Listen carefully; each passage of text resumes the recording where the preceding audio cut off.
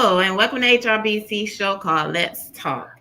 So, today we have Mr. Eddie Garcia, and he's trying to be our representative in the U.S. Senate.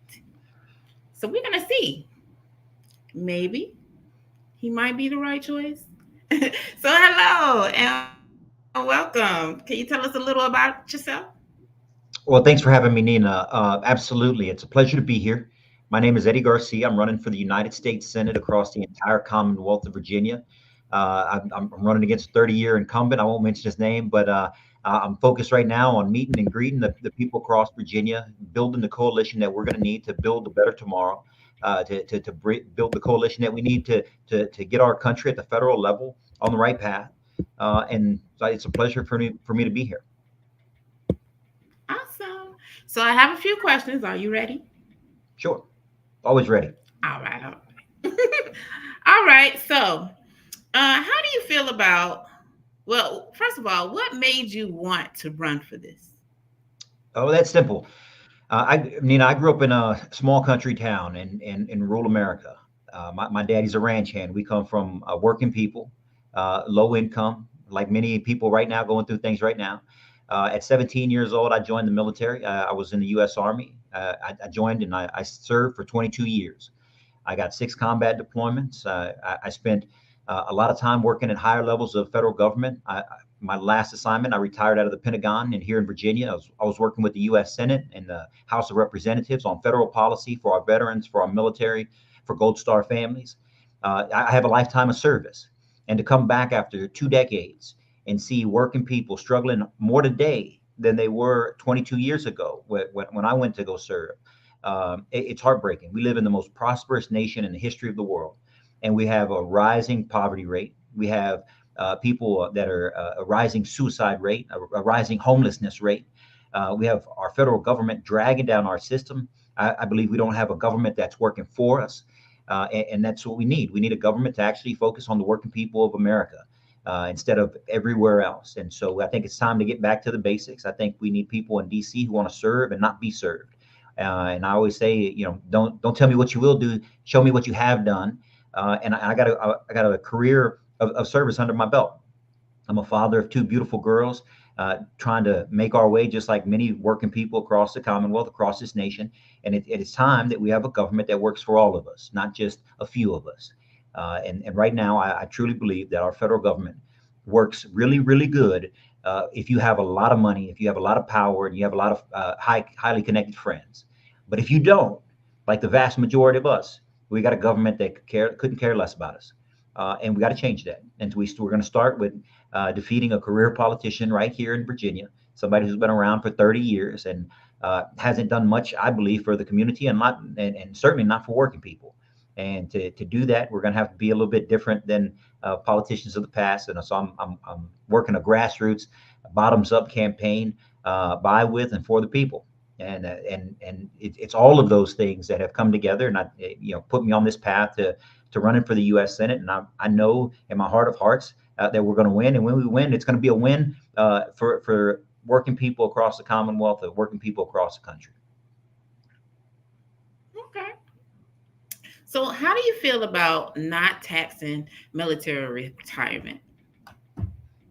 Well, I have a policy proposal that we might get into a little bit later, but I believe in eliminating taxes on all retirement accounts to include military retirement. And I can tell you why. As I travel across the Commonwealth, and I'll tell you a little personal situation on myself that I found out a couple of years ago. As I get across the Commonwealth, and if you see the suicide numbers that were released back in November, roughly Yeah. 50,000 people across America committed suicide. The vast majority, or not the vast majority, the largest population of people that committed suicide are over the age of 75. And the reason that is we have older people that can't afford the rising cost of living in this country. Inflation is high, taxes never go down, food and energy costs continue to rise. People are getting priced out of their own homes. And rather than go into a nursing home and then the government coming into your house and taking your house, taking your bank account, taking your car, your life insurance, leaving you with nothing. These people are sadly taking their own lives because they don't want a future that I just described. We went through that with my own grandmother a couple years back. My grandmother couldn't afford to live in the house that my grandfather built for her many years ago with the VA home loan program, and she had to go into a nursing home. Little did we know that at that time Medicaid comes in there, the government comes in there, they take your car, they take your house, they empty all your bank accounts, they strip you of nothing. We have to stop that, and so we stop that by keeping money in the pockets of our seniors, and that means retirement accounts. So 401ks, IRAs, 403bs, SEP plans, military retirement, Social Security, all of those things are taxed. And they're taxed not when you're young, they're taxed when you're on a fixed pension. They're taxed when you're 65 and 70, where you can't work anymore. And I think that's wrong. I think we shouldn't. That's an undue burden we put on our seniors, especially people who, in your situation, people like myself that have joined the military. They sacrificed. They knew that they were gonna retire. They were guaranteed a pension, and then for the government to come after that and take their percentage off the top, it's wrong and it's a disservice. And so I think we need to eliminate taxes on all retirement accounts. I've pledged to do that. First day in office. That's one of the things that we have to do if we want to take care of our seniors and put the money back in the pockets of those who need it. I will tell you just another quick example. I was in Nelson County before Thanksgiving, and in Nelson County, largely rural area in the Shenandoah Valley, I was out there helping, volunteering, putting together Thanksgiving meals boxes for people who needed it, and we put together 800 boxes. And the lady who I talked to who was running the show at the Nelson County Food Pantry, I asked her, I said, is 800 a lot or a little? She said, we've never served over 400. And so the need has doubled within the last year. And I asked her for some demographics. 90% of the people that they're helping out are over the age of 65. These are people who are not trying to live off the system. They're not trying to milk the system. They're not lazy. These are people who worked. They worked their entire life. And like many of us, they didn't become wealthy and have millions of dollars. And now they're struggling just to eat a Thanksgiving meal. That's a undue burden and a disservice we do to our seniors. We need to fix it. I'm committed to fixing it. And so to your specific question about military retirement, absolutely. I'm committed to getting rid of taxes on all military retirement. Awesome. Okay. Um, there was an African American man who was asked to cut his dreads off, and when he didn't, he was fired. Because it was a small private corporation, there was nothing he could do because Virginia is an at-will state. How would you attempt to help people who get fired like this? Well, it's a little bit different from the state to the federal. I'm running for a federal office. And so I would look at it from a national perspective, from a higher level perspective, and I would tell you that our laws and occupational laws and equal opportunity laws should be equal across the board against discrimination of any kind, regardless of race, color, creed, background, religion, or any of those other things that differentiates people. I mean, I don't know the specific circumstance right here, but if it wasn't a safety issue and if it wasn't a health issue, it was just a simply I don't like your braids issue. Then I believe that person has a grievance and should be able to sue civilly and reap any damages if a jury or a judge determines so. I think from a federal level, we got to make sure that the equal opportunity laws and occupational laws are standard across the board, so that people like this gentleman well, I'm assuming it's a gentleman in this circumstance is treated fairly, just like everybody else. I mean, not knowing much of the details other than what you said, it would be hard to pass judgment on the specific issue. But in general, we got to make sure that both employers and employees understand that there's a level of respect and equality across. Just because you work for somebody doesn't mean you're subservient. You have to do everything they say. So if it wasn't a safety issue, if it wasn't a health and standards issue, obviously I would like to dig into it more, but I'm not necessarily a prosecutor. But as far as the laws are concerned, we just need to make sure that they're equal, so that people don't get taken advantage of. So here's the thing. EEOC is a federal program, and he couldn't use it because it was a private company and it was small. So that's why I asked that question. because there are a lot of people who get cut out when they're in that little niche, whatever. Mhm. So that's why I asked. And then, What I mean, there are a lot of other states with at will systems, and it doesn't work for people in general. Regular people are getting messed over by this at will system because they could just fire you for no reason and don't have to tell you why. Yeah, well, one of the things that I talk about is we need to make it harder for employers to fire employees for no reason without just cause, and then ship their jobs elsewhere. Because I mean, this specific scenario you're talking about, I understand that applies to this individual, but I would tell you that from a larger or a higher perspective, this is happening all over the place. Whether people are hiring companies are hiring replacements that are going to undercut current employees without substantial workers' protection. And yeah, I mean, balancing the states and the federal law is a little bit difficult. At the end of the day, we need to make sure the laws are equal across the board. That both employers and employees know their rights, have rights, and enforce those rights if they're violated. To me, it's simple.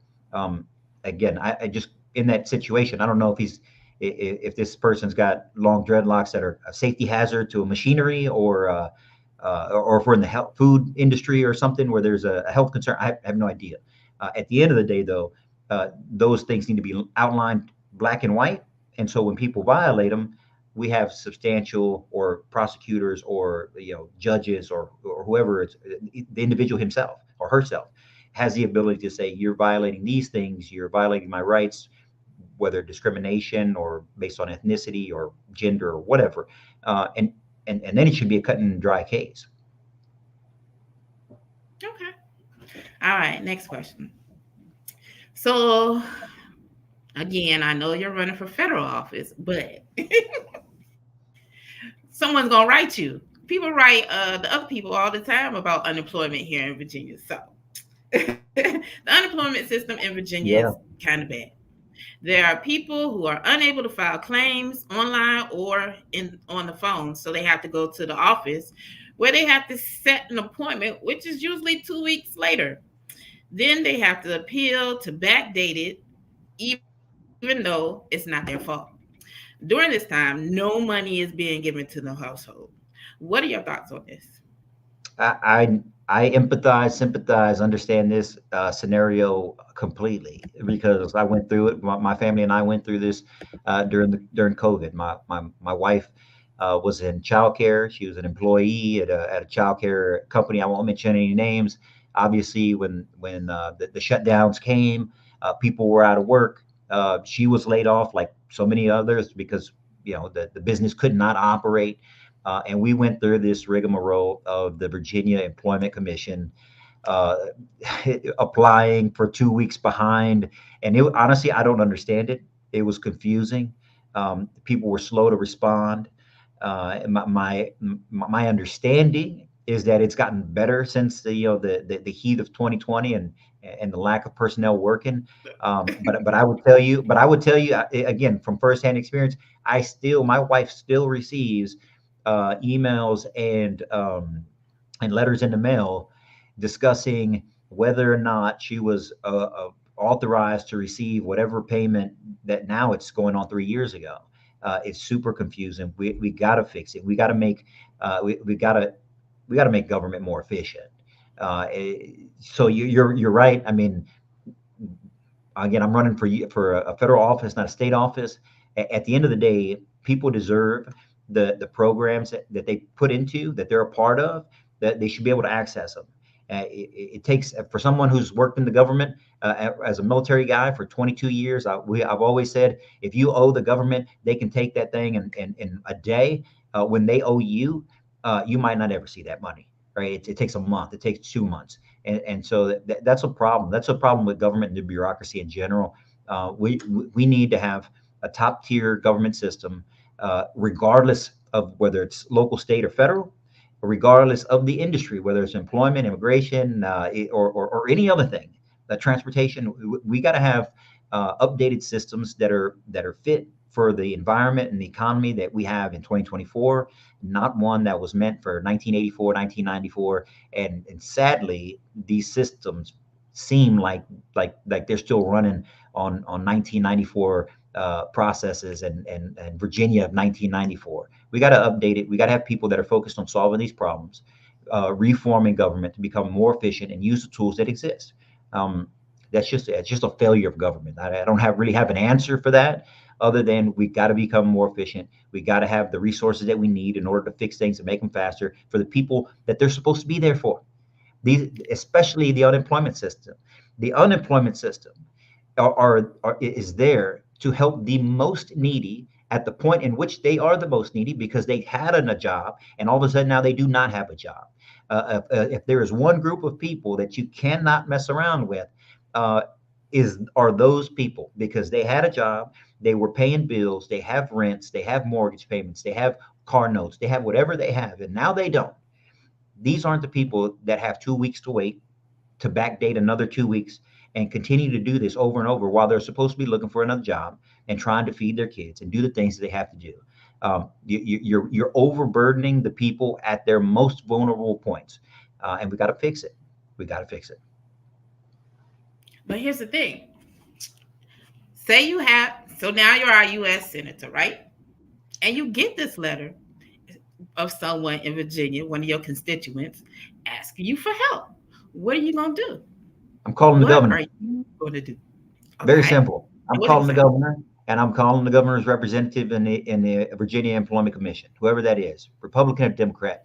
Right now, it's Governor Youngkin, and as a fellow Republican sitting in the U.S. Senate, there is no doubt in my mind that I'll be able to call down to a Republican governor and say, "Hey, these are the issues that my constituents are concerned about, that they're saying they're having to go through. What do we have to do to make sure that their problem is solved because they don't have time to be waiting because they're getting ready to get kicked out, or they're getting ready to get their car repoed." I would expect to do that and expect to hopefully to have that same courtesy, if regardless of who was the governor or what party they were from. At the end of the day, though, we have to be citizens first. We have to be servants first. We have to put people over politics and party.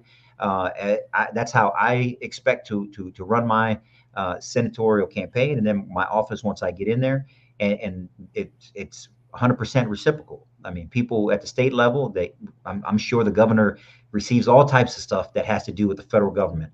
Um, I don't know if the current senators sitting in D.C. Take his phone calls or not. I'm not privy to that. I would tell you though that when I'm in that seat, I don't care who it is.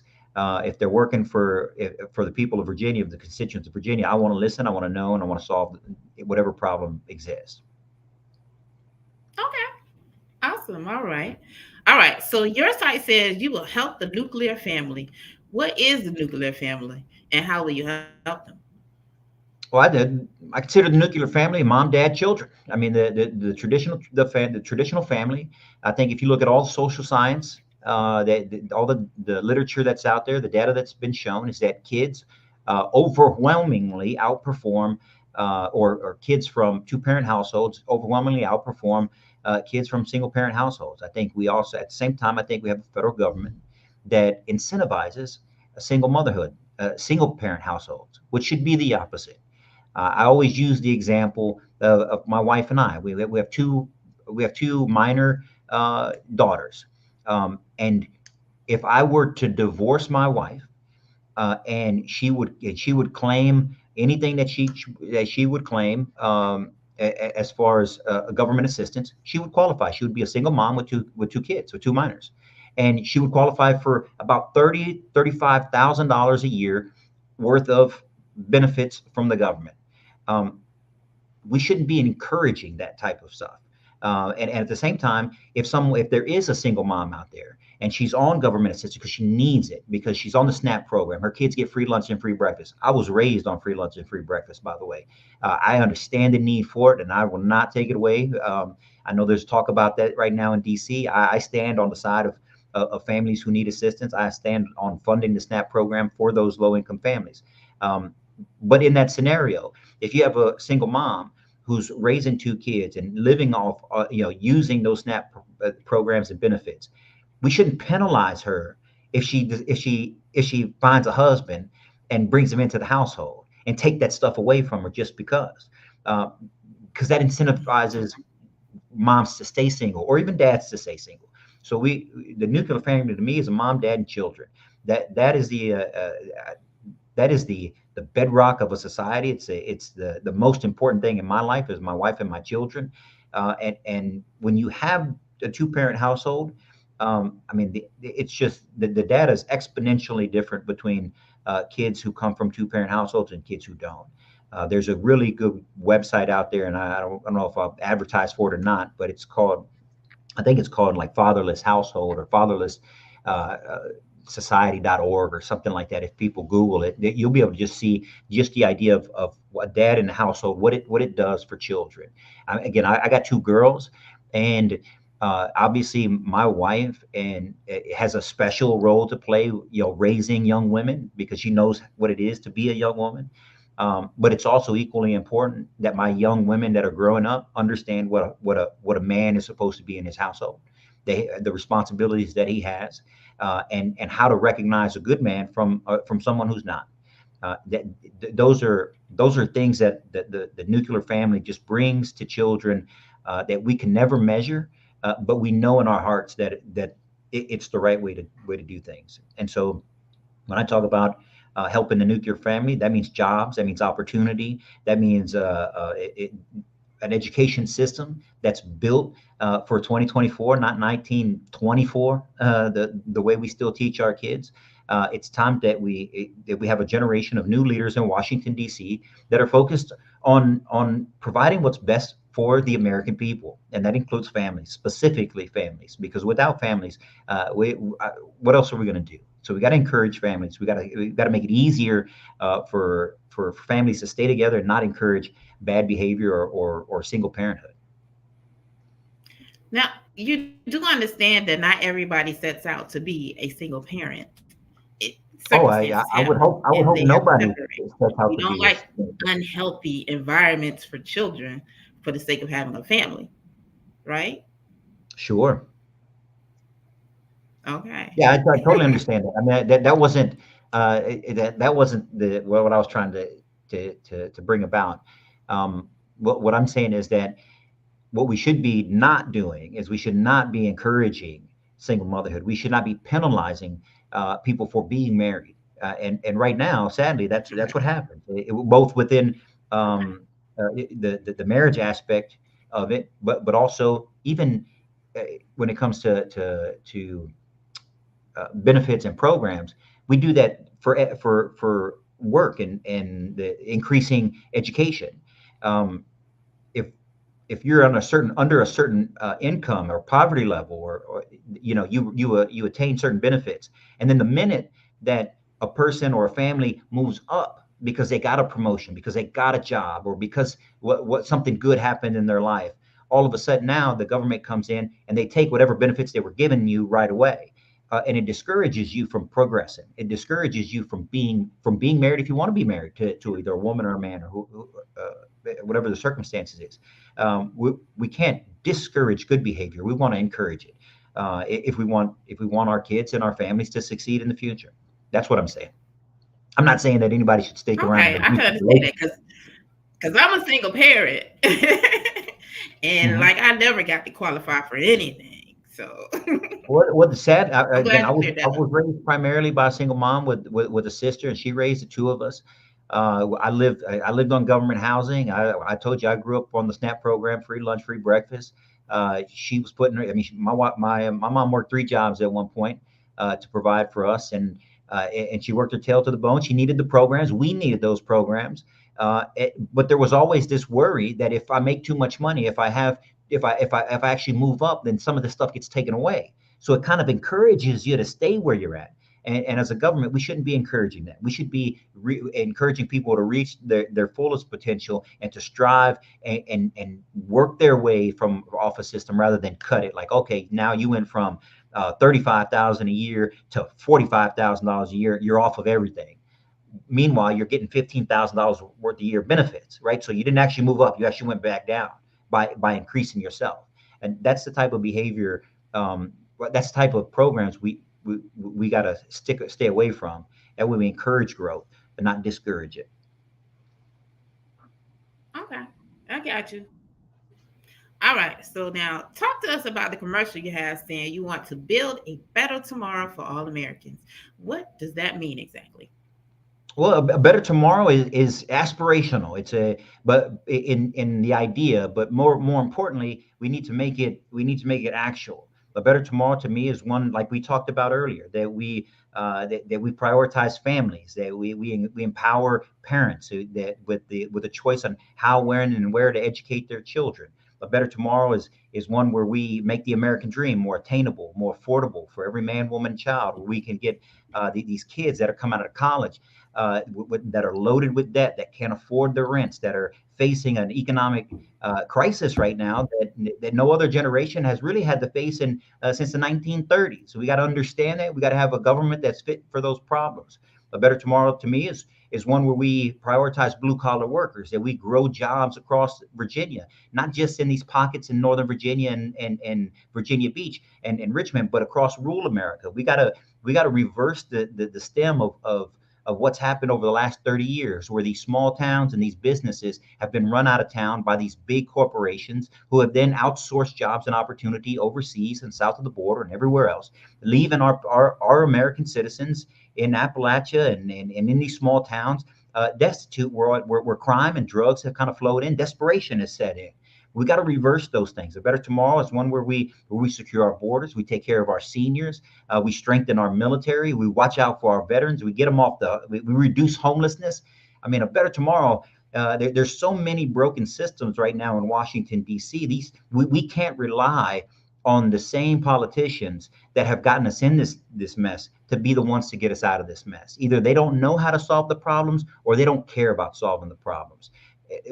Either way, they have to go. And so I think I represent a new generation of leaders that don't look and sound like politicians of the past, because I don't come from the same places that other people have come from. I mean, I could do anything as a military retiree. I mean, I don't make much money, but I could go pretty much anywhere. But right now, the future is too uncertain. If good people don't step up and answer the call, who knows where we're going to be in another 4 or 6 years in this nation. So we got to start solving these problems. I'm focused on that. Okay. And my last question, name three things you would like to accomplish if elected. Sure. Well, then first and foremost, a better tomorrow to me, is like I said, it is empowering parents through school choice. Number one, number one demographic that has increased homeschooling over the last 3 years since COVID broke out: African American community. African American homeschooling has increased 30% in the last 3 years, higher than any other demographic out there. We need to give the power, the control, and most importantly, the money that's going to these school systems. We need to put it in the pockets of parents, because parents right now, you're trapped by your zip code, where your kid goes to school and where there's not. And there's a lot of failing public schools right now, even in these nice areas across Virginia, even in Northern Virginia, where people think that where there's so much money, there's so much opportunity. There's a lot of failing public schools there because teachers have left. They've gone off somewhere, and it's continuing to spiral, which is why we see a lot of anxiety around our school and our school boards these days. We can solve that, but we need to focus on education, and the purpose of education is the betterment and the education of our children. It's not for the politicians, it's not for the boards, it's not for the administrators, it's not even for the teachers, it's not for the administration or executive agencies. The purpose of our education system should be the betterment of the education of our children. And right now, we have to reduce the size of public classrooms to increase the quality of the education system. And the only way to reduce those sizes of classrooms is either build more schools, which nobody's doing, or give the parents the options to find something else to do to educate their children the way that they see fit. And the only way we can really truly do that is give that money that's designated for that child to follow that child into the pockets of the parents. What COVID showed us is that if the federal government truly wants to, they can put checks in the hands of people.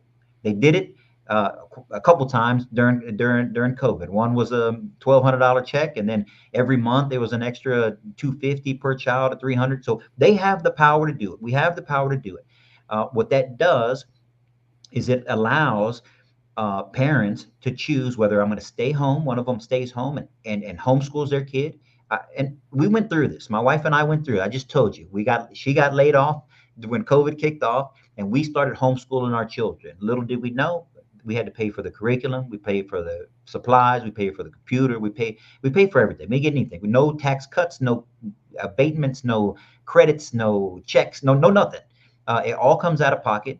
And we did what we had to do because the system wasn't there in the public school at the time. Imagine what that $20,000 per kid that the Arlington County public school system got for my two girls.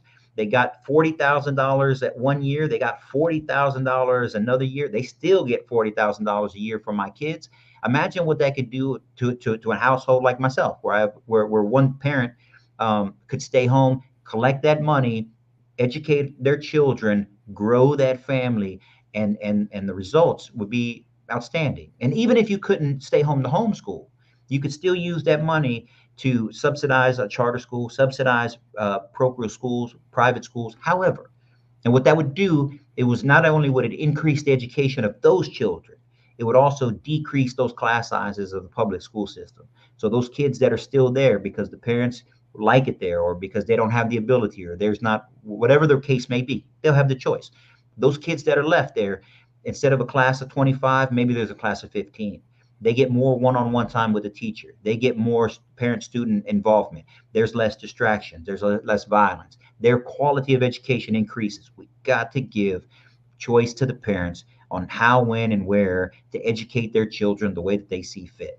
If not, we're going to continue to fight over all these issues with public school left and right. And it's too political, and it's hurting our children. It's hurting their education. That's first thing. Second thing I talked about briefly, eliminating taxes on retirement. We've got to put money back into the pockets of seniors. People who do the right thing, that invest their money, that work for a pension, that work for a retirement, whatever it is, however they've structured themselves from work time to retirement time, the government has no business coming in at the end when they're on a fixed income, barely making ends meet, and then saying, you know what, now I'm going to tax you. We got to stop taxing our seniors. We got to stop taxing retirement accounts. The third one, a nuclear job program, like a nuclear energy job program. If we care about the future, if we care about the environment, if we care about staying out of Middle Eastern wars, if we care about stopping the tension with China and all these Chinese minerals, we got to have, and if we care about mental health, if we care about the future of drug use and the future of our youth, we've got to have a place that they can grow and get jobs and be prosperous here in America. We need a brand new energy grid. We just do. Everybody that's ever assessed it tells you that our energy grid is vulnerable. It's weak. And more every year, we see more blackouts, more brownouts, whether it's freezes or heat waves that knock out electricity. We need a national nuclear energy program across all 48 lower states that are interconnected, that can be load balanced, that can be protected, and most importantly, that put everybody back to work. We're talking millions of dollars, or excuse me, we're talking millions of jobs over the next 3 decades, over the next 30 years.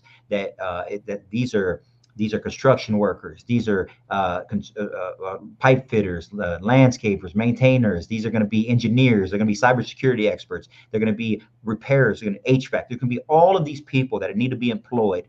And what it's going to do is going to drive down the energy costs. It's going to put massive people back to work. It's going to make things more affordable. It's going to regrow the middle class. It's going to get us out of the Middle East and all these conflicts over oil. It's going to keep us out of the Chinese mineral conversation, where they're getting these minerals and zinc and cobalt, through slavery in Africa right now, in order to provide this crazy, energy movement that we have right now that doesn't reflect the future.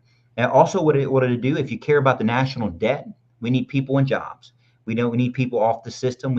If you care about mental health, we need people looking for opportunity and have the ability to move up economically in this country. That gets people off drugs. It gets people out of desperation. It lowers the anxiety. It lowers the depression. It gets people back to work. If you care about Social Security, we need more people put into the system. We need to have a jobs program that makes sense, not just to have one, like a lot of these politicians talk about. We need to have one that puts millions of people back to work on something that we desperately need for the future. And that's energy. Because if we can't heat our homes, if we can't power our stoves, we're going to be in a world of hurt.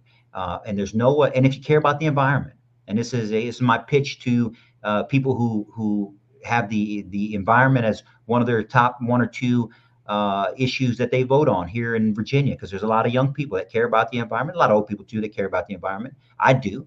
And if you do, then you know that the only sustainable path forward without fossil fuels is nuclear energy. Here in Virginia, we got two nuclear sites right now.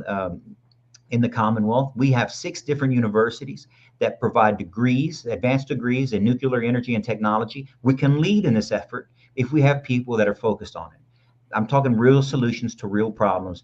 I give you those are 3 major lifts right there. But that's where I'm focused. I'm actually focused on trying to solve these problems for the long term, not for the short term. Congress has been too short-sighted for 30 years. They've outsourced our jobs and opportunity. They've driven down the quality of our education especially within our inner cities, especially in our low income communities. We got to reverse all those things by putting the power and the money and the control back here where it belongs, into the hands of the American people. And if we do that, and if we can articulate that from me as a candidate, from my party as a political platform, we can not only win elections, we can actually make this country better. We can actually build this better tomorrow that I talk about. Awesome. All right. Well, those are all the questions that I have, and I don't see any social media questions. So I want to thank you for being our first guest of the year. Yay. Awesome. What's the and huh? No, I was just going to say it was a pleasure for me to be here. I mean, I'm on social media, Eddie Garcia VA, on all the social media platforms. I got my own YouTube channel. I put a lot of content out there because I think it's important that people across Virginia, across America, hear what I have to say and then hold me accountable to it later. I don't say it if I don't mean it. And I want people, I use it as an accountability check on me, knowing that it's going to go out there. So I love to do any broadcasts like this or interviews like this, because I know that I truly believe, and I'm focused on things that I'm saying. And so if people follow me at eddiegarciava.com or Eddie Garcia on all the social media, Eddie Garcia VA on all the social media platforms, they can find out where I stand on a whole host of issues. Awesome. All right. Well, that's it. Thanks everybody for hanging out with us and getting to know why Eddie Garcia might be a choice. Thank you. Bye.